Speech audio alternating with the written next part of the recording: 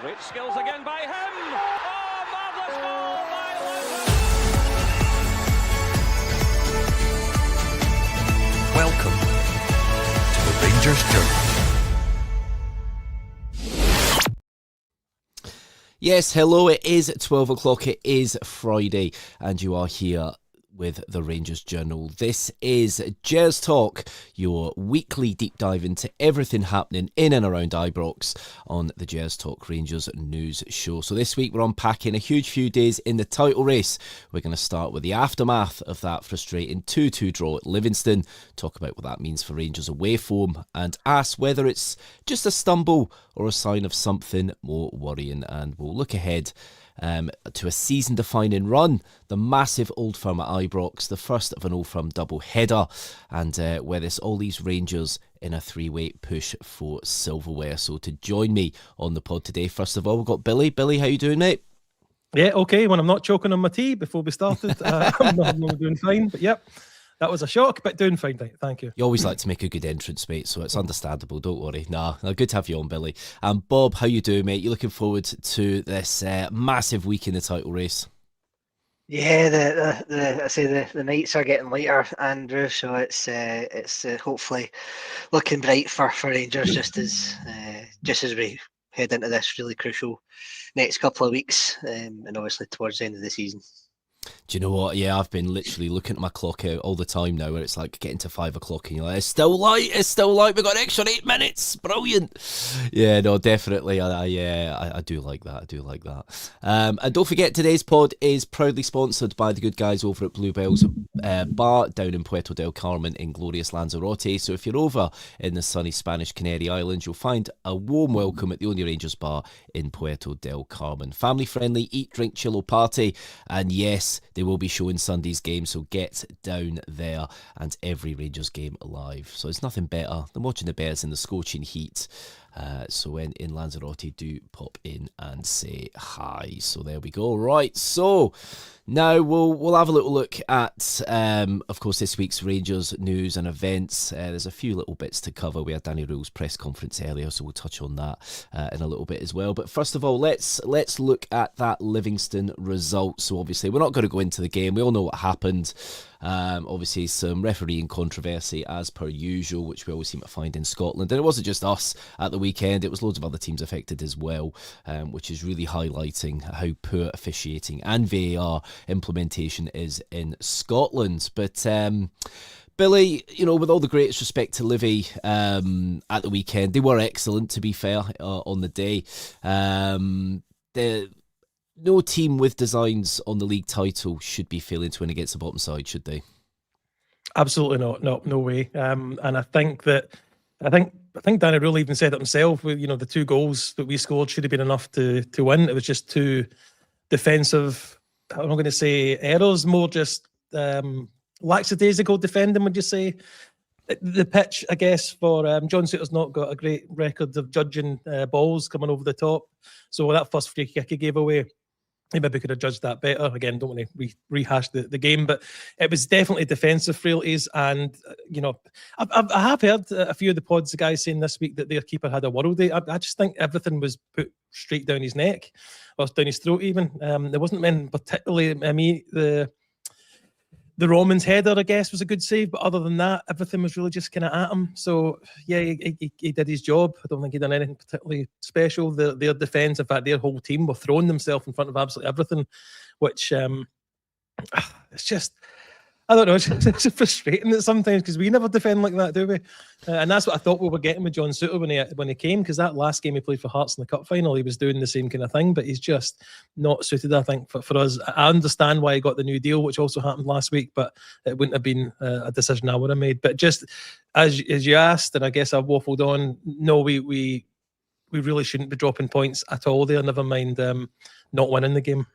Yeah, do you know what? I 100% do agree, because I've been saying it myself with the comments about the Livy keeper. Now, I'm not gonna say he had a terrible game by any stretch of the imagination. He had 3 very good saves. The Romans header was a decent save, but as you say, everything else was pretty much down his throat. Yes, we had 31 shots with, I think, 14 of them on target. the majority of them were down his throat. So I do agree there. Some people can argue about the keeper had a worldie. We've seen goalkeepers have a worldie. We all remember the game with, you look back to some games, in Europe with Alan McGregor and you go, my goodness, he's kept all them out. How's he done that?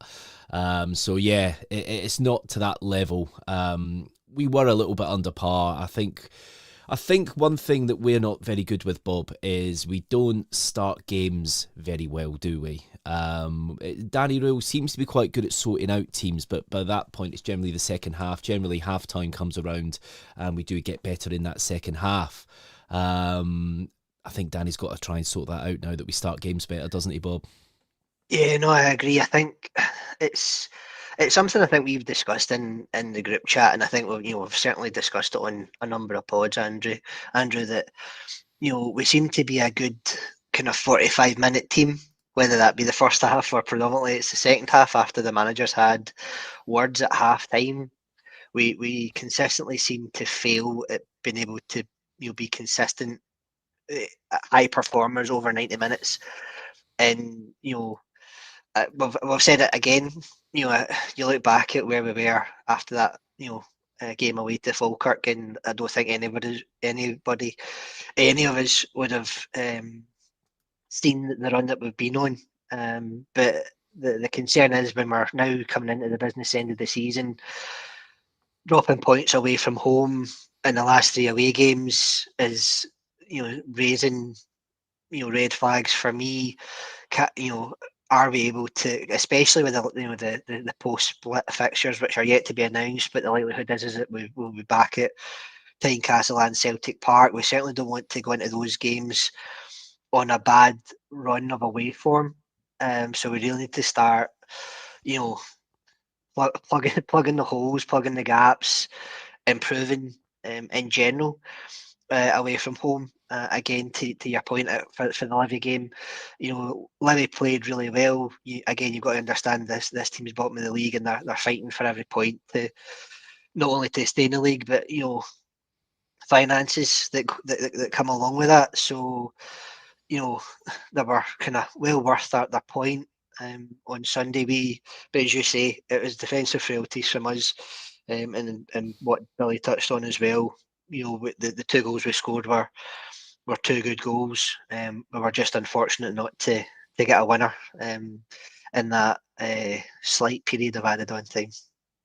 Yeah, there's been some good comments coming in, like this one. We've kind of won playing worse. I don't think we had our worst game at Livy. Now, I'm not saying that it's acceptable. You're always going to drop points at some point in the league. Now, you can look at this a couple of ways, but you can't help but have that alarm bell in your head, Bob, that you go, right, that's 3 away games on the bounce now that we have dropped points in. So you think, is this going to start becoming a thing? Don't get me wrong, Hibs, they've had a little bit of resurgence. Obviously, under David Gray, they've been a very good side since he came in. He had a bit of a bad spell, but he had them on also a fantastic winning run as well. And I think he's kind of recaptured some of that form and they seem to be motoring on a little bit now. Of course, Motherwell, the Motherwell one feels like we shot ourselves in the foot a little bit. We were leading, and as Billy mentioned with John Suter, I think John Suter had a fairly decent game until the goal. We always call him a siege defender, and he's very good at preventing them shots coming in the box. He'll block it. He'll get to everything, and you saw that good side of him there. But of course, they went down to 10 men.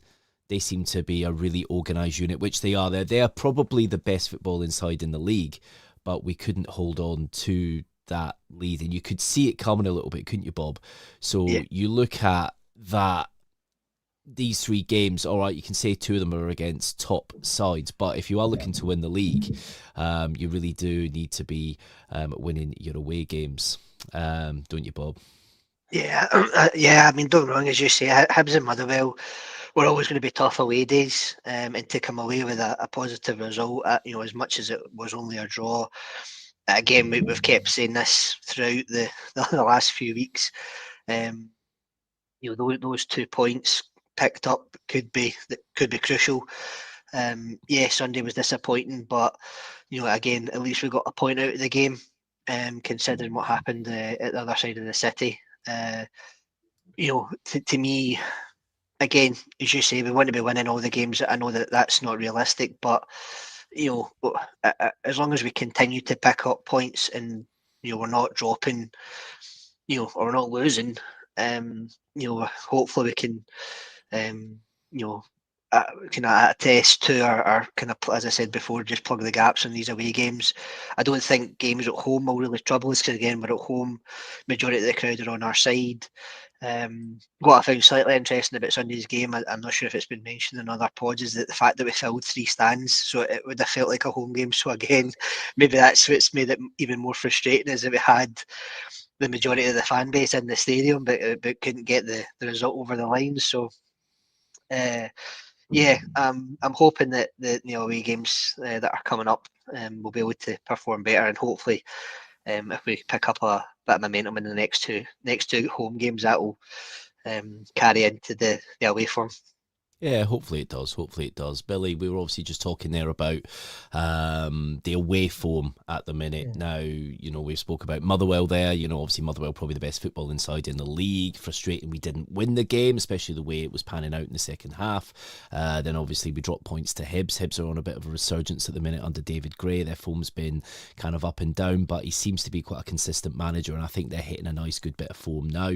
And then you look at Livingston now, obviously bottom of the league, but they do seem to be playing some good football under Marvin Bartley. Could they just be having a bit of a new manager bounce? And could this just be some luck that we've encountered 3 sides that together that has made these results look worse?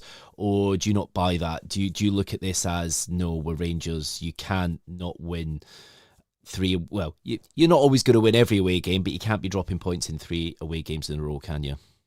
That's exactly what I was going to say. It's not fine drawing or losing one, but it's understandable. But all 3, and to be fair, all 3 very gutless performances on our part. It was very nothing against Hibs. Motherwell, who that stat the other night, the pod the other night, they're one of the best passing teams in Europe at the moment. We just sat back, and that was the wrong thing to do, the wrong tactics to do with them, too passive. And then against Livingston, we created an awful lot of chances. But we gave ourselves too much, as I mentioned earlier on, too much to come back on.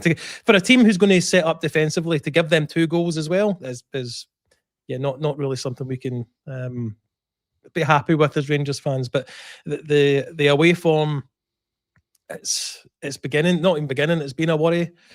I'm not confident really going anywhere away from home at the moment. Even Livingston, I think I was on the post, the pre-match on Sunday, and I was just reminding myself of the times we've struggled there, with the pitch, with the way they play. It's pretty frustrating because even winning one of those games puts us a point behind Hearts, and winning the 3 of them puts us top of the league by a couple of points. So yeah, it is very frustrating. We do have a good couple of games at home. Hopefully we can then turn the tides. See, Hearts, certainly not want to be dismissive. They've been at the top of the table for a long time this season, but I feel they're still catchable. Whereas if it was Celtic in that position, I'd be a bit more worried about getting 4 points back on them. But again, they're not playing particularly well. We do have to say that Hibs did win away at Parkhead last week, so maybe us expecting or thinking we should go and roll over Hibs, especially when they're playing pretty well at the moment, is not very likely. But we are one of the most expensive squads in the league, and we should have the best players, and we should be able to go and pretty much 90% of the time away from home win these games comfortably. So we can't be drawing 3. Yeah, no, definitely. I'll stay with you, Billy. Obviously, we're talking there about our away form. It's that time of the year. It's February going into March now. We've seen in previous seasons under different regimes and pretty much under different squads as well, bar a couple of players, where we've had the winter break, we've come back sluggish, and it all starts falling apart. Are Rangers fans right to be concerned now, do you think, Billy, at this point? I know things are different. We have improved our squad in the January transfer window from what it looks like at the minute. I know there's still a couple of question marks over Skov Olsen, but I think that people are happy to have him rather than not at this stage. Do you think we can now motor on and right the wrongs. We've got other teams that are in similar positions to us. Obviously, Hearts seem to be the outlier. People keep talking about Hearts. They're gonna, they'll kind of fall away at some point. They've had a couple of more big injury concerns this week, but Hearts do tend to lose the games where they'll go on a winning run of maybe 2 or 3 or maybe 4, and then they'll just have a random defeat in there where that seems to really chunk away at the points. So, do you think, realistically, even though I know we've just spoke there, it's not really acceptable for Rangers to be dropping points, but we likely could drop some more points and still kind of maybe come out on top, couldn't we, Billy? That's the thing. We're not up against a really, really strong Celtic team or a really, really strong Hearts team, despite, again, with all respect, they are top of the league and have been there for most of the season. So the thing is that when we've, other than 55, all we've done since I think Steven Gerrard came in is keep it going until round about Christmas time, just after, as you say, and then threw it out the window. So the fans are used to that, and it's perfectly acceptable for us to be feeling, until you prove us wrong, then we're going to probably expect you're going to chuck this away, like you have done most, 9 times out of the last 10. So no hassle with the fans thinking that. I do think, though, as I mentioned before, we're not up against really strong sides. We're up against probably sides, we're on paper better than, but we're maybe on form round about the same level as them at the moment. Although I think if you look at Danny Rowe's time since he came in, we would be top of the league if it was just his league games, but that's not how the league works, so I don't want to focus on that too much. But we're winning, as you say, we're doing what Hearts are doing, mate. We're winning a couple of games and chucking points away somewhere. Well, thankfully, it's not been defeats, but 1 point to no points. I'd rather win one of those games, if you know what I mean, and get like the 3 points on the board. But that's just for, I know it's the same amount of points, but it's more for your, actually, I don't know if I'm talking myself out. Was 2 defeats better than 3 and a win, 3 draws? I don't know. Just want the points on the board. I just would so close to have been either within a point of Hearts or been above them a couple of times now, and we've done something like Livingston the weekend to chuck it away. So is that going to continue? I hope with the week's training that we have, managers moaning about not getting time on the training field. Well, now you've got that. There's no midweek games, so work on stuff, work on your aggressiveness, work on your assertiveness, work on your pressing, and work on taking the games to these teams, because we're too often, like under Gerrard, not coming out until the second half. And I don't know why that is. Other teams can seem to come out the blocks, and I guess there's no rhyme or reason for it. Maybe it's just mentality. Yeah, I think mentality is a question that does keep getting raised. And actually, Billy makes a very good point there, Bob. Rangers are well rested this week. We've had that week's rest. However, I'm going to be the guy to say it. I always find we don't play as well when we've had a week's rest. I remember under Gerrard, for example, we would play a lot better if we had 2 games in a week. We would still be able to play with some good intensity and force, so to speak, at the weekend when we've played midweek. And I always used to find whenever we used to have a week, or even maybe 2 weeks because we've been knocked out the cup, suddenly we play worse. Do you think that could be the case here? I certainly hope not. I think it's scary to think about it that way, Andrew. Is that I certainly hope that Rowe and the management team. I certainly think they're probably a better management team, or as good as management team as we've had for since Gerrard, as kind of Billy touched on. He seems, and again, just as you touched on at the top of the pod, his press conference this morning, it sounds as if they've got the fire. They know that it's going to be a big game. It's practically a sellout. If it hasn't already been confirmed as a sellout, then it's going to be very, very similar to the Hearts game a couple of weeks ago. So the players know already the type of atmosphere that it will be like. Obviously the Old Firm games are a completely separate entity to against Hearts, but as we keep saying, it was first v second a couple of weeks ago, and that atmosphere when we came out on top was great. So again, if we can do something similar on Sunday at 12 o'clock and actually start the game well and actually come out and attack, just as we touched on, if we can actually start the game on fire, as the manager's mentioned in his press conference, then I certainly wouldn't mind us dropping off in the second half if we're already a couple of goals to the good. But yeah, I certainly think the mentality of the players has improved under this management team. I know they've got a psychologist or a kind of psychology part of the team being the kind of psychology of the player, which is good. I think that's probably helped us to this point. But again, it's just reinforcing the positives and trying to push to get that positive result on Sunday afternoon. Yeah, no, well said, Bob, well said. And I'll be honest, even though I have said that there, generally speaking in the past, we've not played as well having that break. I would rather have this week's break than be playing in Germany on a Thursday night before the game. So I'll definitely say that. I think that would not benefit us in any way, shape or form. Guys, don't forget, if you're watching this, best place to watch this is on YouTube, so head to YouTube, like and subscribe while you're there, and do get this liked, and turn your notifications on and you'll be notified anytime the Rangers Journal will go live. Of course, the Rangers Journal will be live pre-match and post-match for Sunday's big game, so please do like and subscribe and turn your notifications on, or I'll come and get you. There we go. Right, so now Bob did mention there the press conference, so we'll go through that a little bit. So we'll just kind of cherry pick some little bits. It wasn't the longest press conference. It was a fairly short one and kind of straight to the point. Obviously, I think one of the key things asked by the press of Danny Rule was, what did you make of Luke McCowan's comments yesterday? So if anybody's unfamiliar, Luke McCowan is a part-time player for the other mob. He kind of dibs in and out of the team.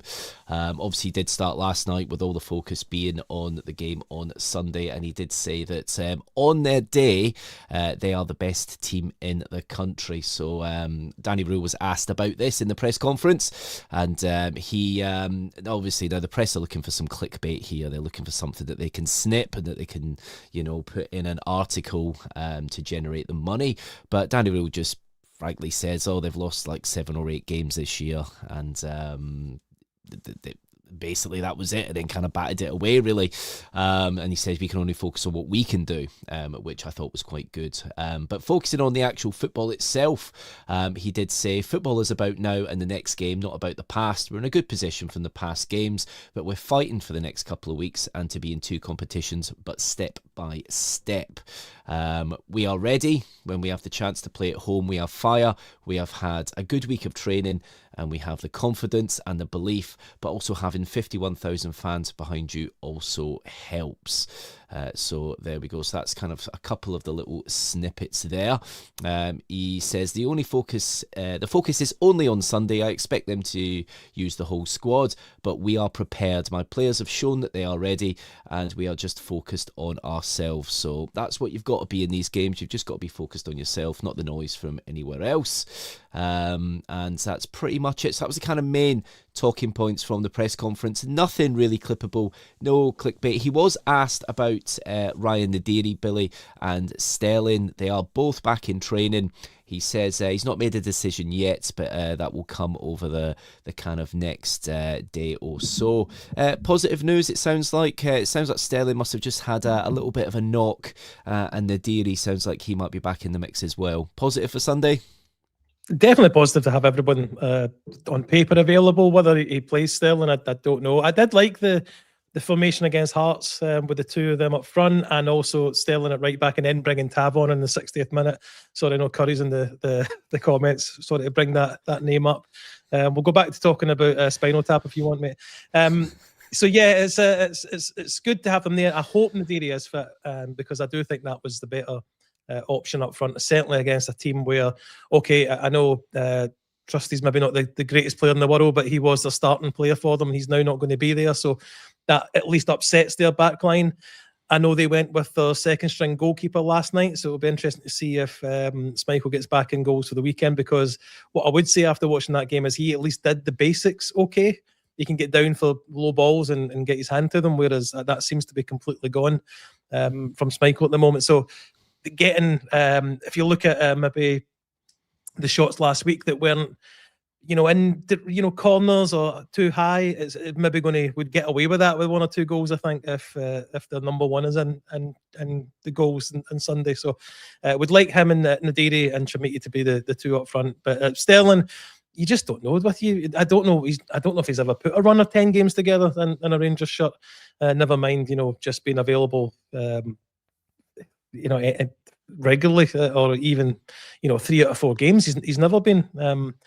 He's the more solid of the two at the back, the more defensive of the two. Although against Hearts, I was surprised how often he did get up, to join the attack. So he's not just defensive. He would be the better player, but it's just we can't rely on him. Hopefully we can use him this weekend, but certainly not going into next season. I wouldn't be relying on Sterling. Yeah, I think there comes a point, doesn't there? We've had a bad period in recent years where we have recruited some fairly decent players based on metrics, but on injuries alone not being good, Bob. You look at players like, I've always said, Kemar Roofe, if he was fit, would have been the best striker in Scotland, and I really do believe that. But we've had too many players of the same note. Obviously Matondo, even Cortez coming into that. Now Sterling's obviously had a long injury layoff, but I think with Sterling, as it stands at the minute, it's a lot of niggles that kind of keeps him out, maybe just for a couple of weeks. Then he's back for maybe 3 or 4 games. Then it's another couple of weeks. If that's the way it's going to be over the next couple of seasons, would that be worth it? If there's going to be no long-term injury layoff, but he's going to be missing for the odd, maybe in for 3-4 games, missing 2, then in 3-4, missing 2. Is that still an issue, would you say, Bob? Just when you're saying that, it just kind of reminds me a wee bit of Ryan Jack. Towards his kind of latter. Happy birthday, Ryan Jack, as well. It's his birthday today. Yeah. I think Sterling is really, as ironic as it sounds, physically robust in the games. When he does play, he plays really well. I was just looking back through the comments that that AJ put up saying about Olsen's best game was with Sterling, who supported him, unlike Tav, who keeps going beyond him. I do genuinely think that. I think I know we've kind of touched on Olsen a wee bit, and I'm sure we'll come back to him. But I do feel that Sterling maybe does complement him slightly better in the couple of games that they've played together. Tav might just not have that same, it might just not have clicked just yet. Just again, Olsen's relatively new. But yeah, I mean, I would give him the pre-season under the new management. I say under the new management, under Roll in the management team, to see if they can kind of iron out the niggles that he seems to continually pick up. I can understand last week that it might have been more of a precaution not to play him on the artificial pitch. Maybe the same with Nadiri. Maybe they've maybe got some niggles that just wouldn't have improved if they'd played for. I know Nadiri came on, but what Sterling's like. We're trying to obviously keep him in cotton wool for probably these type of games where he seems to shine. He's never really let us down when he's played, Andrew. So I think that to me is the side that I'm leaning on is it's a kind of it's not as much of a risk, especially if we can go out in the summer. We will probably look to replace Curry's favourite right back. In the summer, and hopefully if we can get someone similar to Robbins on that right hand side, then as you say, it gives the rotation that we'll need, and hopefully then allows or prolongs Sterling's career. And obviously I know he can play a number of positions, but he certainly looks good at right back when he's played there, especially in the system that the manager seems to be playing recently. Yeah, no, I do agree. I actually did think we came close a couple of seasons ago with the right back berth when we had Casemiro on loan. I actually thought he looked fantastic, and then obviously, boom, almost. I think it was his ACL he done, and because he looked fantastic for the Netherlands under-21s. I thought we might actually have somebody that could be a very good attacking right back, but yeah, we're not allowed to have nice things being Rangers. I'm quite surprised here, Doug. I know he's good with the James Tavernier propaganda, but he is posting pro Sterling, so maybe he's looking ahead to the future himself. But yeah, he said Sterling hasn't done it often, but he did manage a 10 league game run in 23-24. You know what, Andrew? I should have picked 12 league games, and that would have shut Doug up. 12, yeah, yeah, that's it. He's not managed 12. Yeah, but that is the problem. Billy, if both are fit, who you going with? I take it you're going Sterling on Sunday. I think that's probably a no-brainer, isn't it? Yeah, just for the kind of defensive capabilities, and also just for what was mentioned about complimenting Olsen and not kind of overrunning him. So the Hearts game for me is the best game of the season, I think, from obviously two brain farts when it comes to goals, I guess. Which we have to kind of factor in, but that was a good performance all round. I'm hoping for something like that. And I mean, the atmosphere is going to be probably a step up again because there's been no fun. Yeah, you know, we talk about brain farts for goals, and then you start realising we're talking a lot about brain farts for goals, no matter what year, no matter what. I think that's something we do have to be wary of going into Sunday. I've not seen us start games well, and I think that's where we have to be wary, because I think, you know, obviously they scored, what was it, in the first minute yesterday, and don't get me wrong, a dead rubber game. The game was done before it was even played by the sounds of it, but they still did manage to score early, and that's what they'll be looking to do tomorrow. We don't tend to start games too well. I think their team will hinge on looking to use the left to our right. I think they'll be looking at going for James Tavernier if he was to start. So that's why I hope Sterling's there, because I think we can do without the attacking right back. And obviously, you know, like Billy was alluding to there from the comments, that Sterling can link well with Skov Olsen. We have looked quite good in the big games, Bob. So you look at the Hearts game, the games that are more open, we have actually looked like a much better team. Again, though, it took to half-time really for us to really sort it out. Don't get me wrong, Hearts changed to that back three, didn't they, in the second half, and you know, it did give us a bit more room. But we do play better against more open teams. Now, I would say that they're not going to sit back, but I think it depends how the game's going, because they could be looking, if it's not going too well, they could sit back and be looking for a draw. You don't see that, you don't see it often, but they'll be looking at their position in the table and thinking if they win their game in hand, they're above us again. Psychologically, that'd be big for them. So, do you think this is a season-defining Old Firm, Bob? There's so many variables at the minute. There's no clear team that are going to motor ahead with anything at the minute, and there's still obviously another Old Firm to come. There's still games against Hearts to come, and obviously Hearts have got Edinburgh derbies to come as well, and they've got to play the Old Firm. Is this a season defining Old Firm really as it is, or is this psychologically you win this and then you don't look back? I think it's probably more a psychological. It's the biggest psychological game that we've had to date this season. I totally agree with what you're saying. I think, you know, Hibs, Motherwell, and potentially Falkirk will also have a say on where the title goes, because all three teams at the top still need to play them, especially post split. If it remains as it is, you know, as we've touched on, you know, Motherwell are pound for pound probably the best footballing team in the country at the moment. Hibs have been really, you know, kind of motoring under David Gray. Yes, they've had their kind of ups and downs, but they seem to certainly come alive again in the bigger games. For me at the weekend, again, Old Firm are Old Firm games. Form goes out the window. To me, it's really just about if we win, we put a major dent in their title hopes. It really takes the game in hand out of the equation, because regardless of how they play in the week coming up at Pittodrie, if we win on Sunday, they're still going to be third. So that would be the motivation from our side.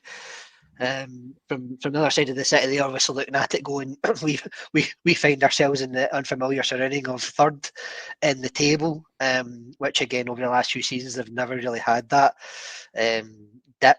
And again, the plaudits go to Hearts for maintaining such a kind of consistent bit of form, to remain top of the league for so long to this point anyway.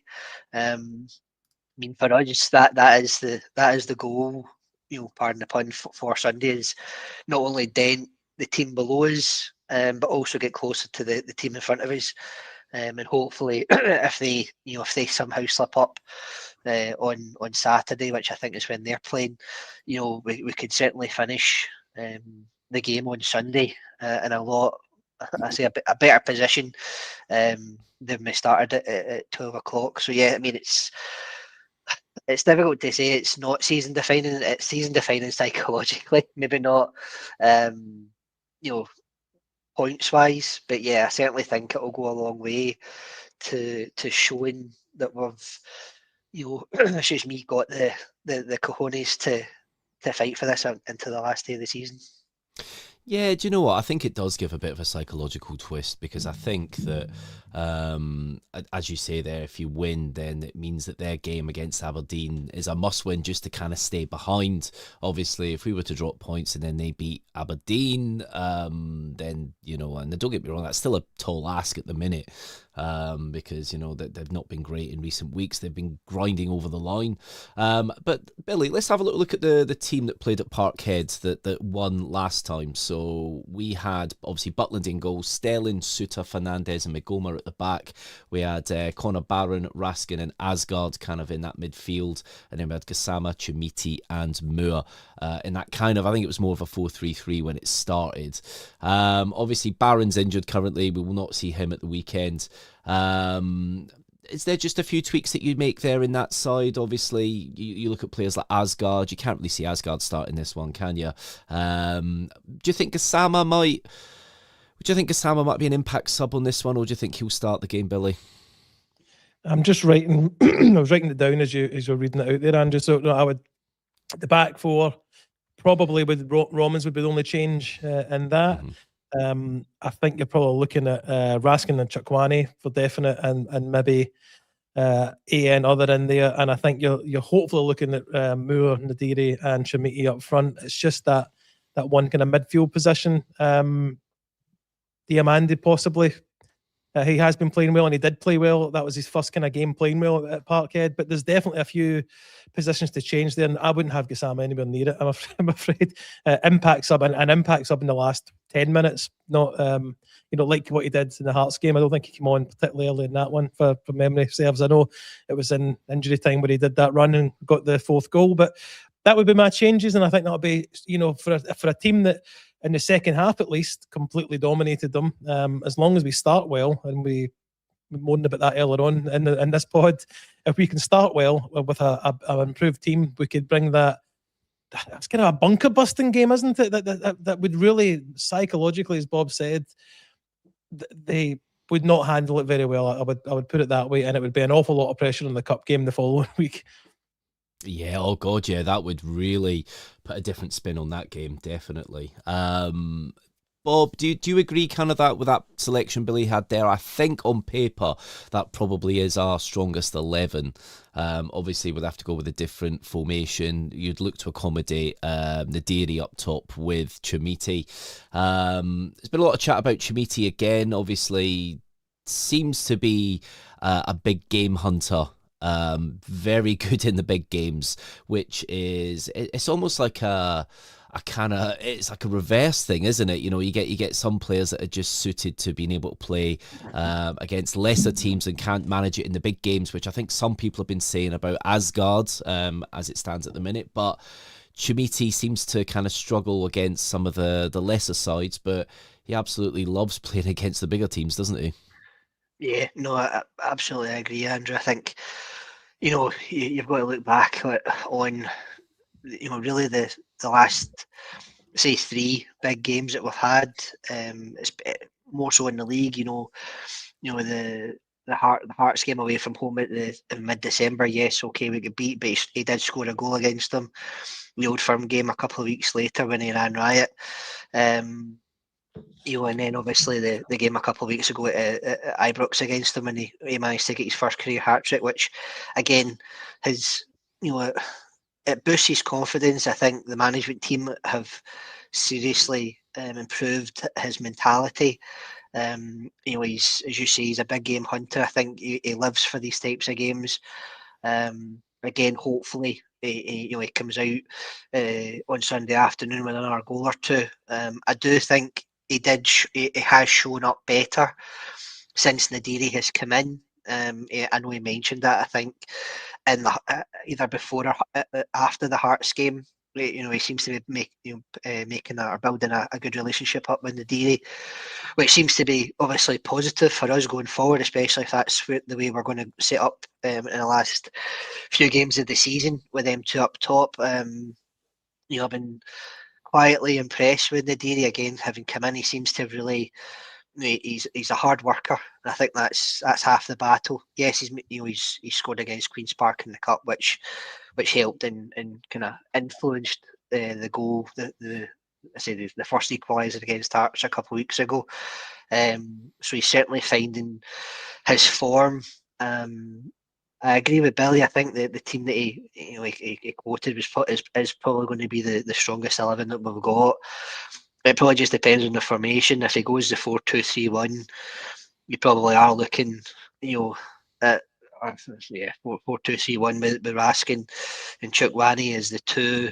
Diomande probably playing as, maybe the left or, say the kind of the a false nine. Let Mikey Moore and him kind of rotate off the left with Olsen on the right and or Nadiri on the right, depending on how you look at it, and Chermiti up top. But I certainly think he'll be confident going into this game, considering the way that he played it against them at the New Year game.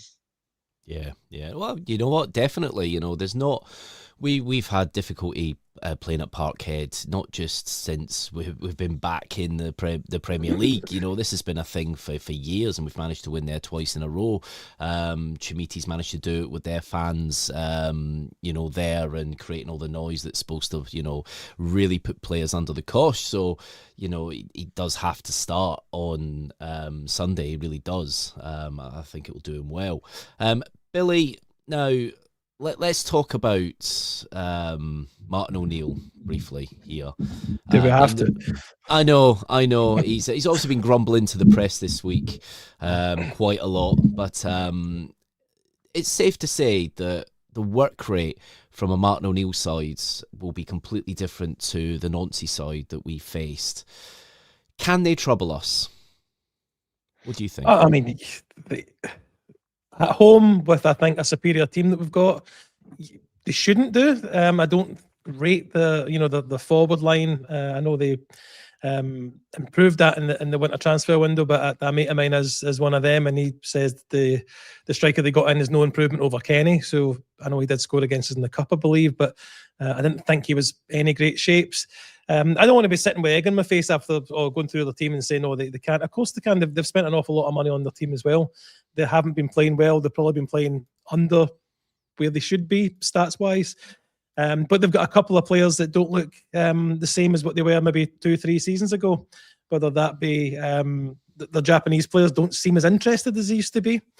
And you've got an aging Callum McGregor, and it happened, happens with every kind of central midfield. It happened with them with Scott Brown as well, where it just was happening with us with Tav. It's just a season, it probably is too much. So these things happen with age. So they're a weaker side than what they were. I don't think the league position belies where they should be. They haven't been playing very well, and they can say it was just because of the 8 games or so under Nancy. They've struggled in a few games recently under Martin O'Neill with lower league sides. We have as well with Livingston, obviously. We also got a draw.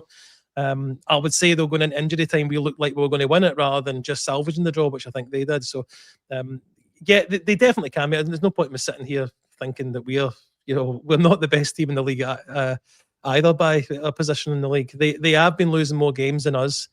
We've obviously been drawing an awful lot more games than them. I couldn't really pinpoint where they could hurt us. I think they could hurt us because our defenders turn off and they could take advantage of that. Our defence could make a mistake. We could roll a ball to one of the players and they could stroke it into the back of the net. So they easily could hurt us through us hurting ourselves as well as them creating something. I just hope we come out, we start strong, a bit like the game where okay, call him Hatate. It was not Hatate. Hadji scored fairly early on. I think was it last season, or it was on the Clermont. I can't remember. That's right.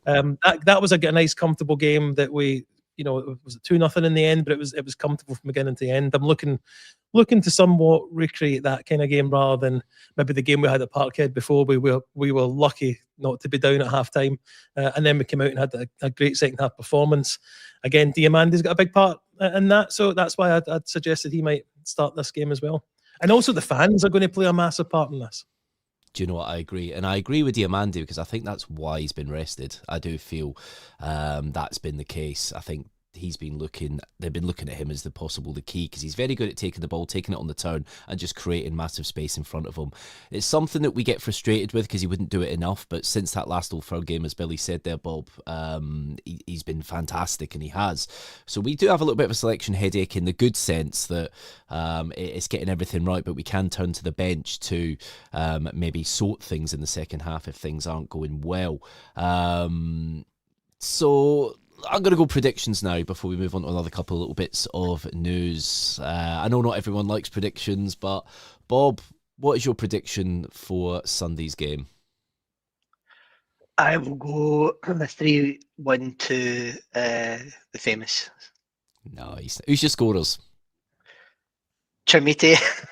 Hat trick. It's got to be.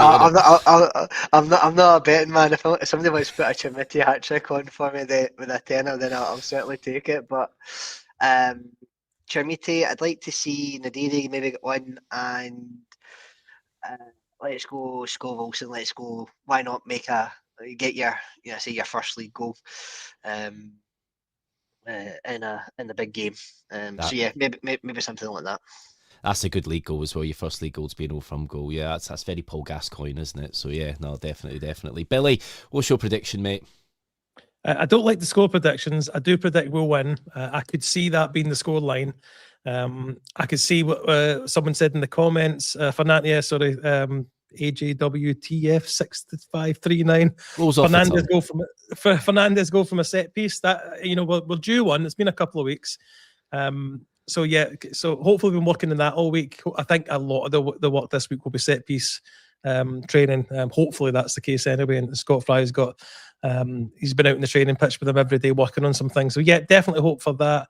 Could see it being a couple of goals to our favour, but I don't want to be tied down to a definite scoreline, Andrew. But I think we'll come away with it. I think it will be in the end comfortable, but we never know. This is just purely hopeful butterflies at this point of the week. We'll see what I'm like on Sunday morning. Joe, you don't get this with the Premier League, do you? This is absolutely fantastic. Yeah, no, I do agree. It does feel that it is on the cards that they won't be able to cope. Because to be fair, their forward line, obviously they did make some loan signings in January. I was about to say signings, but they don't spend money. But they've made some loan signings in January. But really, we've not seen too much from a lot. Maybe their players are just getting up to speed. Obviously, Chamberlain, could be somebody that might be able to make an impact. Maybe he'll be a bit of a big game hunter. He's used to playing in fairly big games, so we'll see there. I do know he was down south the other day in England, so maybe he's had a few days off, not being with the squad, of course, not being in the European squad. Doug, normally the voice of reason, the stat man, the guy that backs everything up, is going 4-0. 4-0 us, Fernandez, Scott Olsen, and 2 from Tav. Of course you're going 2 from Tav. Of course you're going 2 from Tav. I would say Tav set piece, but got to be honest, I don't think his set pieces have been that good lately. But that's very optimistic with 2 Tav goals. But do you know Andrew, what? if I can come in, you can't ignore Curry's comment there. That's probably the funniest thing I've seen all week.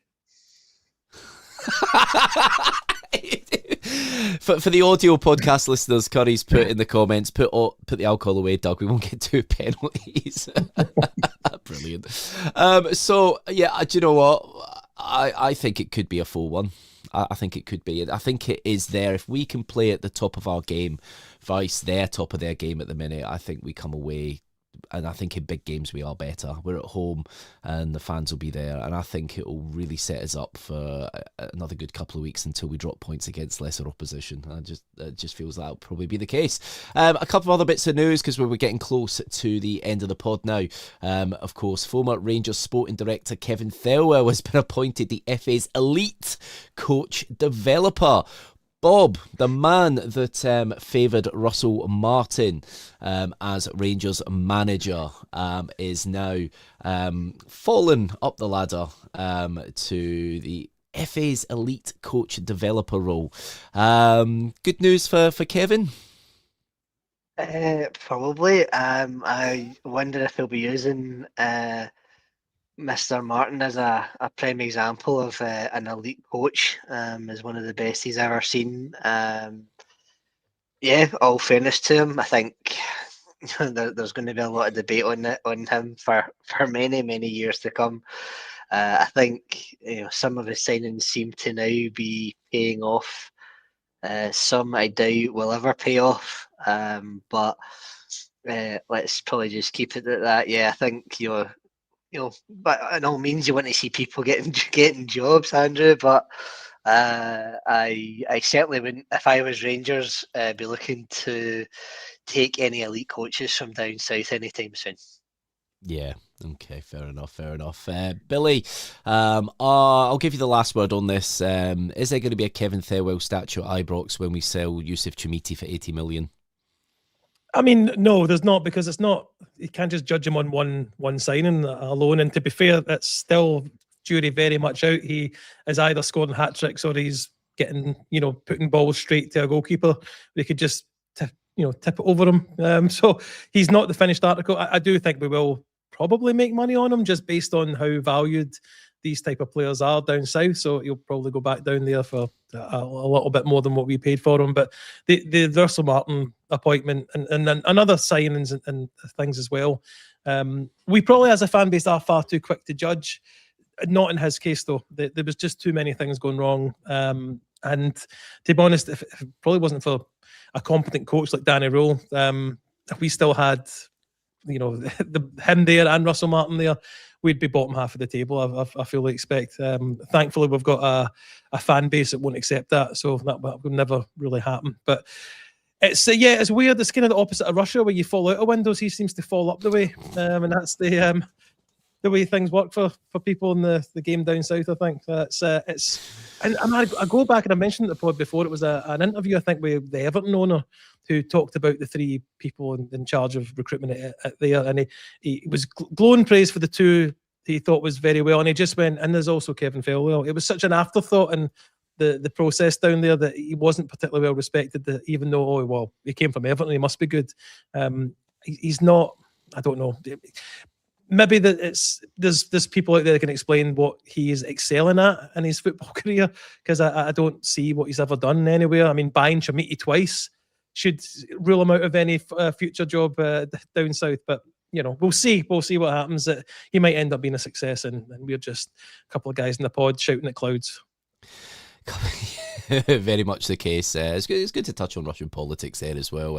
Hopefully Billy isn't found with a suspected toxin agent. And I'll just stay in the bottom floor of my house. Yeah, exactly. No polonium there. Guys, that is it for Gers Talk, the weekly Rangers news roundup. Obviously, the Rangers Journal will be back over the weekend with pre-match and post-match coverage of that Old Firm game. It's a massive part of the season now, starting this weekend, and the Rangers Journal will be there. I'd just like to thank Bob. Bob, thank you for coming on and giving us your prediction as well. Cheers, mate. No problem. Anytime. Lovely, good to hear from you, mate. And Billy, thank you ever so much for coming on and chickening out of giving us your score prediction. It's just, it doesn't mean anything. It never comes true, and I think we'll win, and that's fine. And it's fair saying Bob any time. Bob's only available on a Friday lunchtime. Don't give us that nonsense, Bob. You come on a Monday night pod. We'll see if that any time really means it. Sorry, mate. Thank you, Andrew, for having me on. Sorry, I couldn't give you a prediction. I'll think of one and I'll text you over. Nah, do you know what? It's all right. It's all right. At times, I feel that way. As long as you feel Rangers are going to win, I think that's the important thing, and that's what we're all hoping for this weekend. Now, don't forget Bluebells, Puerto del Carmen, Lanzarote, the only Rangers bar in Puerto del Carmen. You can watch the Old Firm game there this Sunday. So if you are over in the sunny Spanish Canary Islands, do pop in and have a sangria or 7. Every night is a Rangers Journal night. Follow the Rangers Journal on all the socials, and take care, everyone. See you later.